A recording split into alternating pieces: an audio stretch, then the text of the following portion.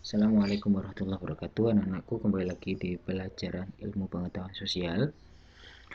Hari ini kita akan membahas tentang permintaan, penawaran, pasar, dan harga.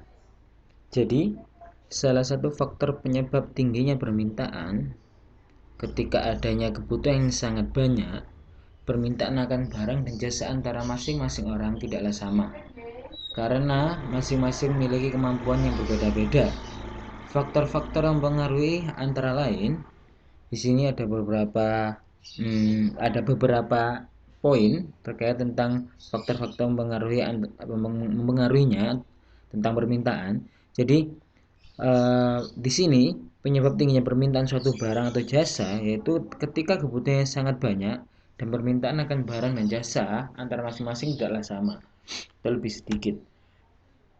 Yang pertama adalah selera pasar ataupun biasa disebut dengan selera konsumen.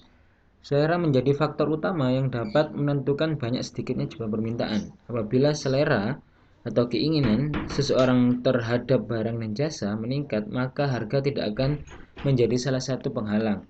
Berapapun harga barang atau jasa tersebut, orang akan tetap berupaya untuk mendapatkan barang dan jasa tersebut.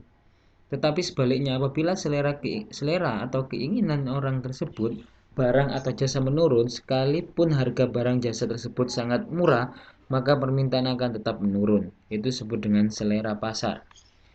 Selanjutnya adalah jumlah pendapatan konsumen.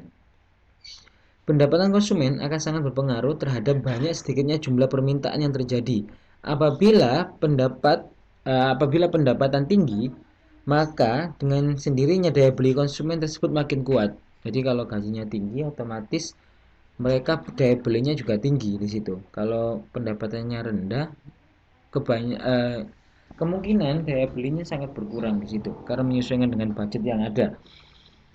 Sebaliknya, apabila pendapatan rendah, maka daya beli atau permintaan terhadap barang dan jasa akan menurun. Dengan pendapatan tinggi ditambah fasilitas untuk belanja tersedia, sudah dipastikan permintaan akan barang makin tinggi pula.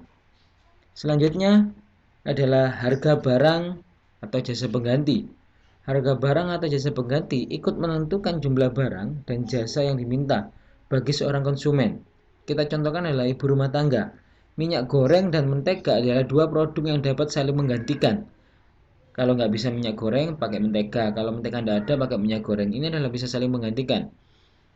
Apabila harga minyak goreng melambung tinggi, sedangkan harga mentega turun, maka kecenderungan konsumen untuk pindah menggunakan mentega akan tinggi.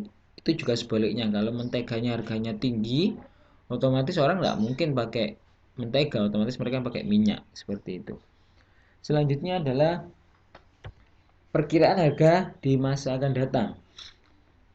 Pernah kalian mendengar berita di media, baik media cetak maupun elektronik, tentang orang yang menimbun sembako, terus menimbun BBM, menimbun barang-barang yang kebutuhannya pokok? Mengapa hal ini terjadi? Karena penimbun punya anggapan bahwa di masa yang akan datang dalam hitungan minggu atau bulan, harga-harga sembako akan naik. Selain untuk mempersiapkan kebutuhan sehari-hari, ada juga yang berniat untuk dijual pada saat harga-harga tersebut naik, dengan harapan mendapat keuntungan yang berlipat. Sebaliknya, apabila konsumen menduga bahwa harga akan turun di masa yang akan datang, maka konsumen cenderung mengurangi jumlah barang yang akan dibeli. Selanjutnya adalah jumlah penduduk.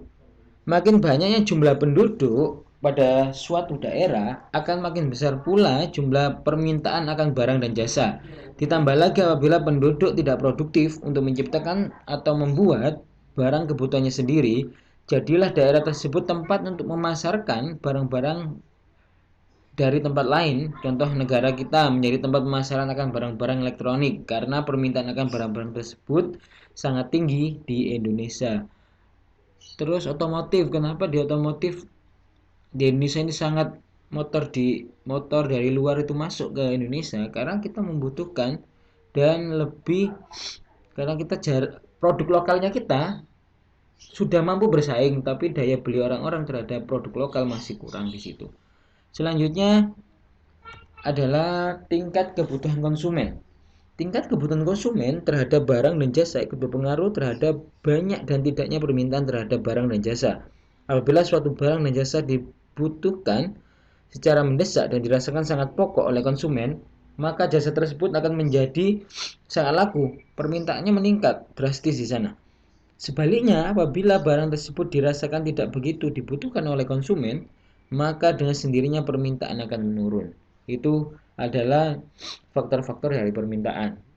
Mungkin itu aja anak-anak.